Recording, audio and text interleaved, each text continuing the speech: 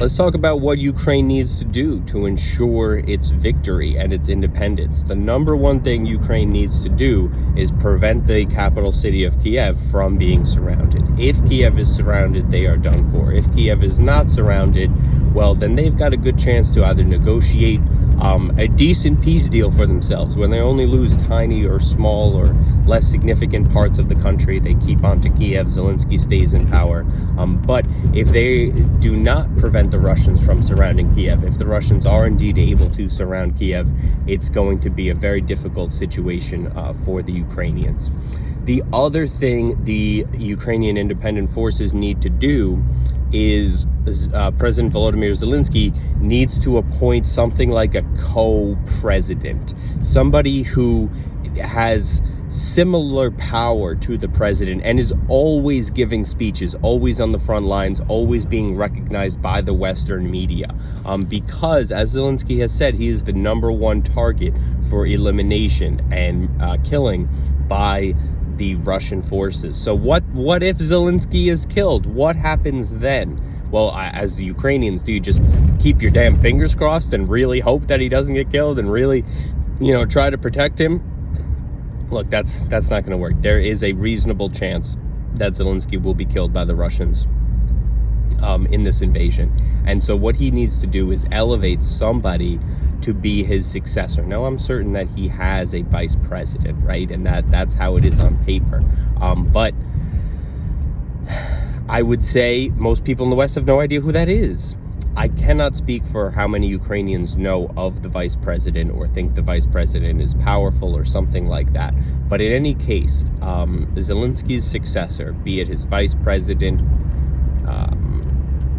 co-president, co-commander-in-chief, whatever it is that he decides to name them, they need to be in public giving speeches every single day. Every single day they need to be giving speeches. Probably morning, afternoon, and night they need to give a speech. They don't actually need to govern right now because they are not the head of state. But what they need to do is gain the legitimacy of the people so that if and when President Zelensky is killed by the Russians, there will not be a power vacuum. Because if there is a power vacuum, the Ukrainians are screwed. Russia would install a pro-Russian government and say, hey, look, guys, this is the only government. Yup, this is the government. Looks like you have to obey them now.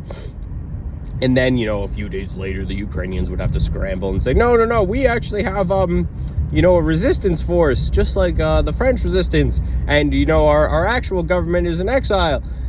That's not going to work for the that's not going to work to inspire the people to an insurgency.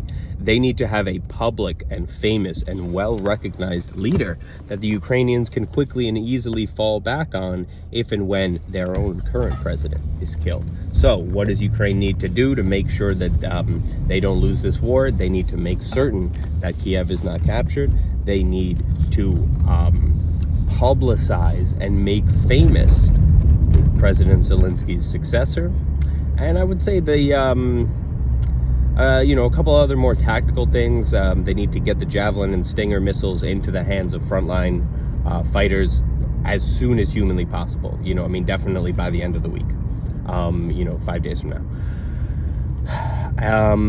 And they need to prevent the Russians from refueling, and they need to sabotage and destroy Russian vehicles while they are down for maintenance. If they don't do those 4 things, they are done for. But I think that doing those 4 things, preventing Kiev from being completely surrounded, publicizing and making famous a successor, getting in Stinger and Javelin missiles into the hands of frontline fighters, and 4th, sabotaging and destroying Russian vehicles while they are refueling or repairing or reloading or stopping for maintenance. I think those are all possibilities. Those are all absolutely doable things for the Ukrainian forces. It's not like this is some pie in the sky dream right here. So that's the path to victory. That's what Ukraine needs to do.